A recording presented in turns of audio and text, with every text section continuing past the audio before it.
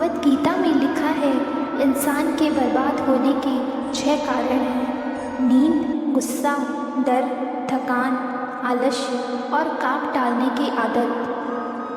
दोस्तों, श्री कृष्ण कहते हैं, अगर कोई मनुष्य हमारे साथ बुरा कर रहा है तो उसे करने दो, यह उसका कर्म है और समय उसके कर्म का फल उसे ज़रूर देगा। लेकिन हमें कभी भी किसी के साथ बुरा नहीं करना चाहिए, क्योंकि ये हमारा धर्म है। अगर आप किसी को छोटा देख रहे हो तो आप उसे या तो दूर से देख रहे हो या तो अपने भीतर के अहंकार से देख रहे हो। अधिक प्रेम भी व्यक्ति को बुद्धिहीन कर देता है। दोस्तों, श्री कृष्ण कहते हैं, भरोसा अगर खुद पर रखो तो ताकत बन जाती है, दूसरों पर रखो तो कमज़ोरी बन जाती है। आप कब सही थे इसे कोई नहीं याद रखता, लेकिन आप कब गलत थे इसे सब याद रखते हैं। कर्म वो फल है जिसे इंसान को हर हाल में काटना ही पड़ता है, इसलिए हमेशा अच्छे बीज बोए ताकि फसल अच्छी हो। जिनका इस संसार में कोई नहीं होता है, उनके सर पर हमेशा श्री कृष्ण का हाथ होता है। तो दोस्तों, ये हमेशा हम याद रखें, अपने आप को कभी अकेला ना समझें।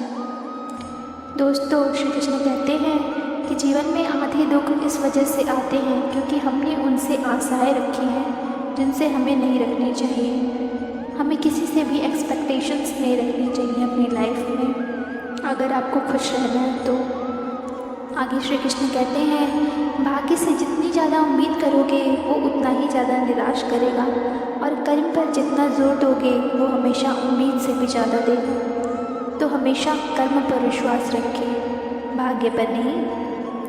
जो मिल रहा है तुम्हें वही तुम्हारे लिए बेहतर है, ये तुम नहीं जानते पर देने वाला बखूबी जानता है। आगे श्री कृष्ण कहते हैं, सदैव संदेह करने वाले व्यक्ति के लिए प्रसन्नता न इस लोक में ना ही कहीं और।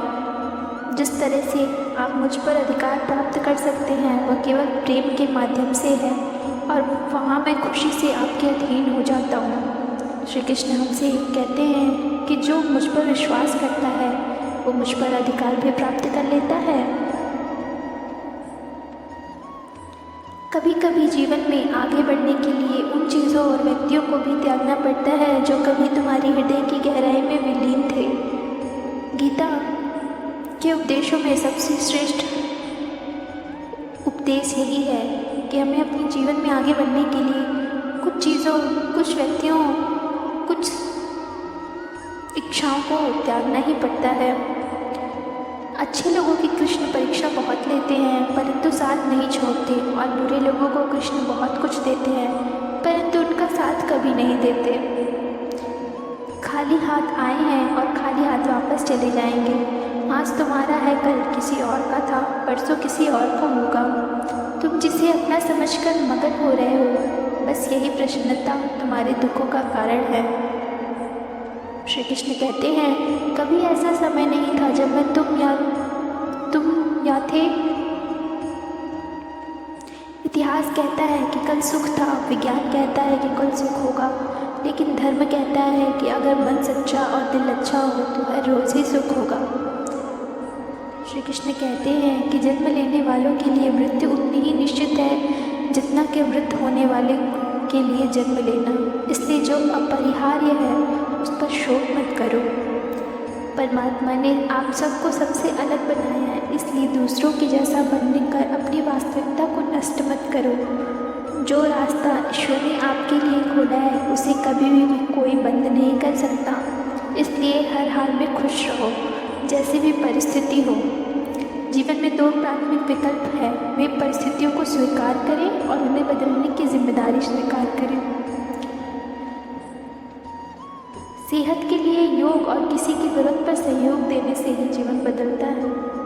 श्री कृष्ण कहते हैं, जो मनुष्य हार और जीत से परे होता है वह दूसरों की जीत में भी आनंद का अनुभव करता है।